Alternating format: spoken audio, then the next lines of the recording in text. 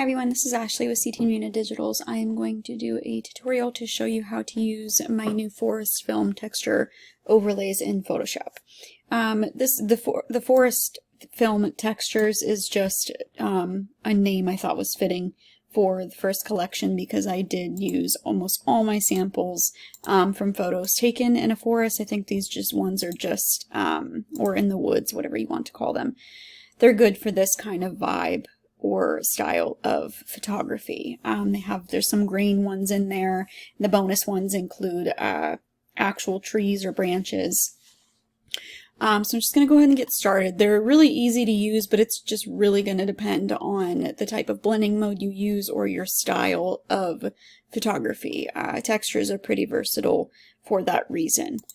So I have open 5 pictures that I'm going to do. They're all kind of similar in style. I have open one overlay already or one texture already, but you can apply them using Place Embedded too if you want to kind of quickly switch between them. I'm just going to go ahead and select all, edit and copy, and just pick any of these, edit and paste, and then go ahead and resize. My images I'm using are actually web size files, so they're a bit smaller, so I'm going to resize, and then you can play around with the different blending modes. Screen is a good one if the overlay doesn't have a lot of white in it already. If it does, usually overlay or soft light is a good option, but you can play around with the different blending modes to see what you would like for your specific image. Normal can work too if you bring down the opacity quite a bit, but with any of them you're probably going to want to bring down the opacity to a certain extent. So this isn't actually the one I used for my samples for this image, but I wanted to show how you could just copy and paste into an image. This one might work a little bit better on either a black and white or a image with not such a dark background. This one has a dark background, so I'm going to go ahead and, if you want, you could actually just right click if you did the copy and paste first and you're like, oh, I want to switch between them and kind of see what different ones look like. You can right click and convert to Smart Object, and then you can right click again and replace contents, and then you would just want to navigate to the folder wherever your texture overlays are saved. I'm just going to double click a different one. And it's going to go ahead and replace that. It's going to replace that in the same blending mode that I already had on it. So you can go ahead and resize and then again flip through the different textures that, the different blending modes to see which would work best for your image. I kind of like how soft light works, but I'm going to bring the opacity way down on this one, and that kind of gives it like an old photograph, kind of scratched up like it's been in your pocket for a while, and add some more shadows to that image too.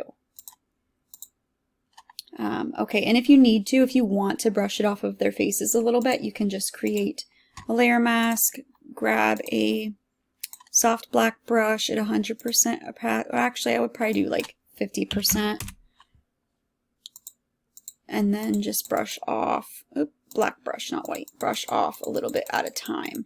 I would, depending on the style you're going for, you can leave a little bit of it or you could brush it all the way off. I'm going to bring down the opacity just a little bit on there too, so you just don't see it as much on their face. Okay, so for the next one, so if you don't do copy and paste first, all you do is just go up to File and Place Embedded, and then pick whatever one you want to use. I'm going to go with this one. Resize. And then again, play around with your blending mode. So now this is already a Smart Object because I did Place Embedded, so I could just right click, replace, and flip through different ones to see which one I liked the most. But this one, overlay or soft light, I don't know which one I like better. Soft light, I think. I'm going to bring that down a little bit. And that gave it a totally different look, but it now has it's kind of like a more edgy film type photo rather than just the one it was before. I actually like that one. I think I'm going to leave that one. Okay, next. I love this one. Let's see, place embedded. Do one of the bonus ones for this one. Let's try this one.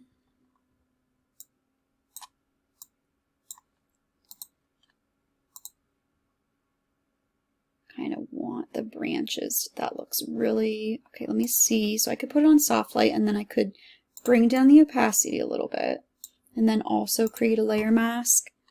And I'm going to put this on like 20% opacity. Brush it off so it's not as bright up there, but I still want those trees to show. I don't know if I like how that looks on her neck. It might be better for like a pulled back image. I'm going to go ahead and replace contents. I'm going to try this one. Ooh, I like that one a lot better. Bring that in, kind of shape her face with it. I like that one a lot. And then you could also add some blur if the branches seem like they're too sharp on the image there. You could go to blur or filter, blur, Gaussian blur, and then I would not add a lot, only to like literally 0.5 probably. Yeah, that just kind of got rid of that sharp edge right there. I like that one a lot. I would be done with that one.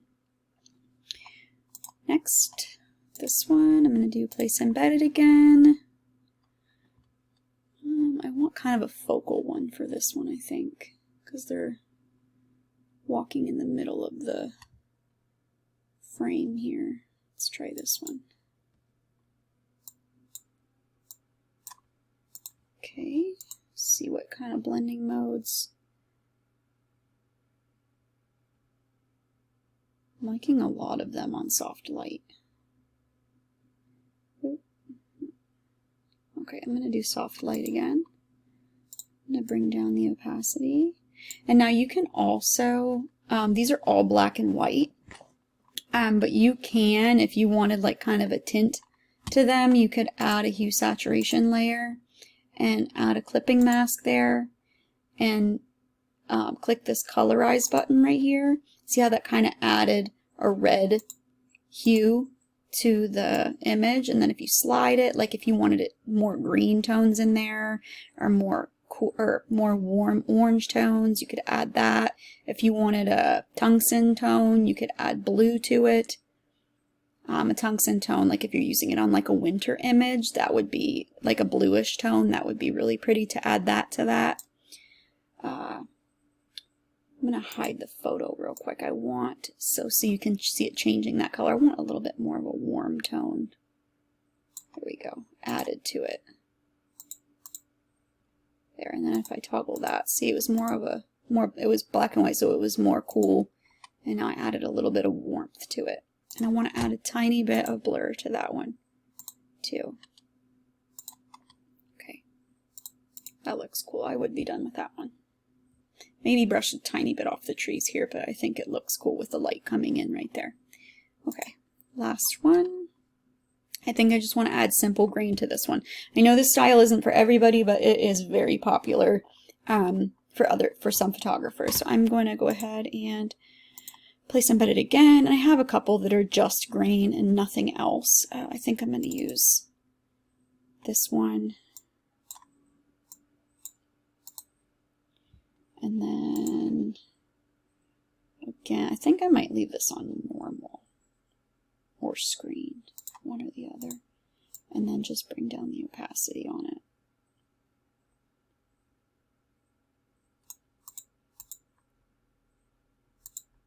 Let's see. I like how darker color looks too. Linear dodge looks good too. This is hard light is kind of like a, you zoom in, it's kind of like a opposite, kind of like flips the vivid light, kind of gives it like a matte finish. Divide is kind of cool too. If I bring down, that's too much. think I'm going to leave it on linear dodge. I think that one looked pretty cool. That added a lot of texture and grain to that. And then again, you could use your brush to brush it off slightly on their faces or certain areas that you didn't want it as prominent. But they're easy to use. You just have to tweak them to your style and what fits your style of photography. Keep going back to this one. It's so pretty. Kind of gives it like a silhouette. Maybe because it's black and white too. Not sure. But if you have any questions, feel free to send me a message. If you are a studio photographer, I know these are typically used for outdoor. I didn't really show any studio samples, but I do have a group for studio photographers on Facebook. I will link it in the description if you want to join. If you want more free tutorials like this one, please be sure to subscribe to the channel to be notified when I upload new ones.